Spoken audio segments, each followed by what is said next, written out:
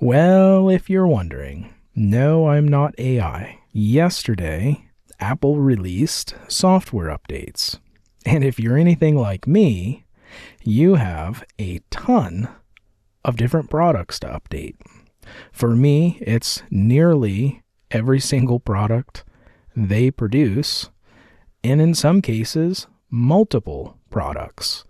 For example, I have 5 Apple TVs, 2 MacBook Airs, a handful of iPhones, 3 Apple Watches, and a partridge in an apple tree. No, just kidding, it's a pear tree. Anyway, typically, when updates are released, just go through and start updating one product at a time. But what I thought would be interesting would be to take you along for the journey, because every product is a little different. And if you have multiple products, maybe you are looking for a specific order to update them in, and really any order is just fine. But for me, I typically start with my Apple TVs. So let's jump into the Apple TV and I'll show you how to update it. We are going to start off on the home screen and go down to settings. Once we are in settings, we are going to scroll down to system and then software updates.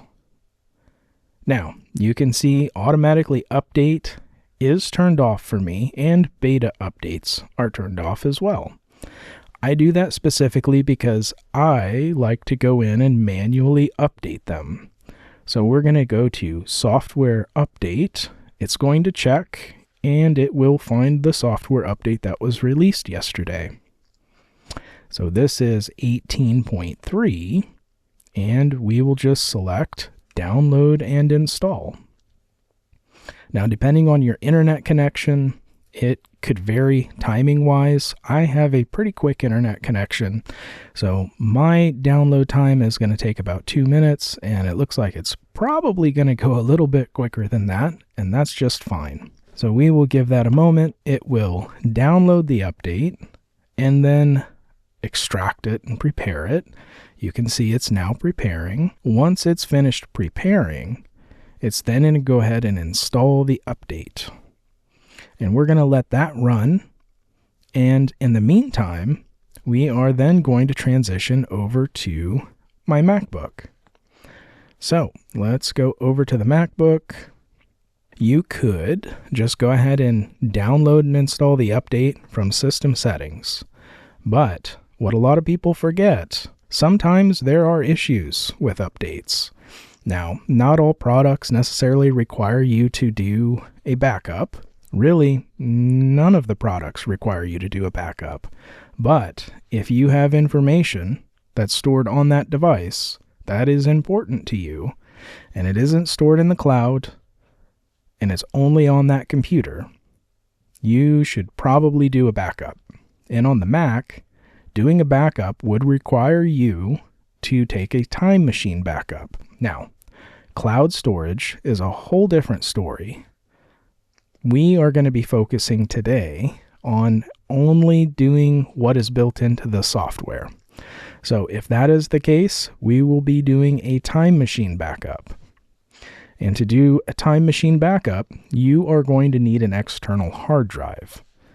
So I have an external hard drive connected, and you can see it on my desktop. Now, this particular drive is not formatted. It had an operating system installed on it that I no longer need, and we are going to need to open up Disk Utility to format the drive so we can take a time machine backup. To format the hard drive, we are going to need to open up the Disk Utility. And you can find the Disk Utility by selecting Go up in the top left on the menu bar, and then going to Utilities and looking for Disk Utility, which is right here. So let's open that up, and we will see on this left column, typically it's probably not going to be that view. It's only going to show volumes. So you will probably only see this piece when you open it up. And what you're going to want to do is select View right here and select Show All Devices. Once you have all devices shown, you can see this is listed as external. And you'll see the top level, which is a Samsung T7 SSD, which is what I have plugged in. And you are going to find the volume, in this case, that you want to use. So for me, it is going to be this macOS volume. And you'll select Erase right here. Now, you can leave it the same name, or you can name it something different. For me, I'm just going to name it the same. So I'll leave that alone. APFS is what you want to have selected. And you'll select Erase. It's going to go through the erase process relatively quickly. And it's already done. So we will select Done. And now we have a drive that is available for Time Machine. So we'll close out of all of those. Verify that it's empty, and it is. We will then go to System Settings on the dock.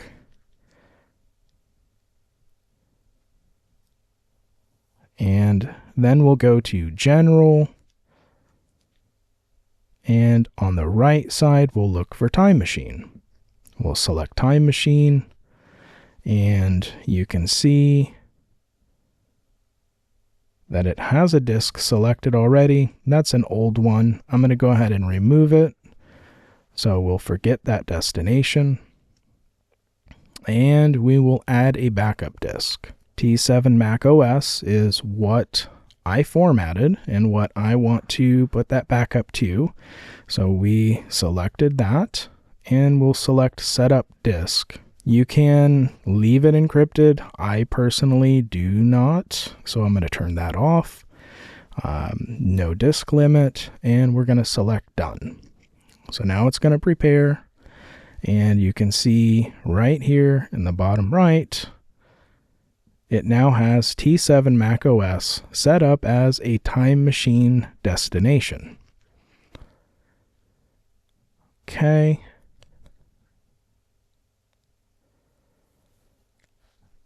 And if you look, it will automatically back up, but I usually go to Options and select the backup to Manually, and then select Done.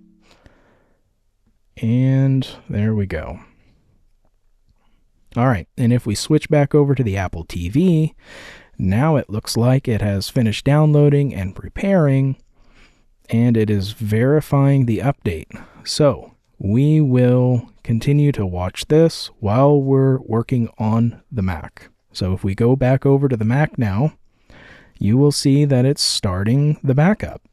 So it'll take a little bit of time. This is an SSD drive, so it's likely not going to take too long, but we'll give that time to finish.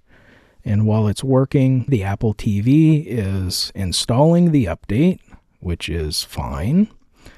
And we will just give that time. It looks as though Time Machine has completed the backup.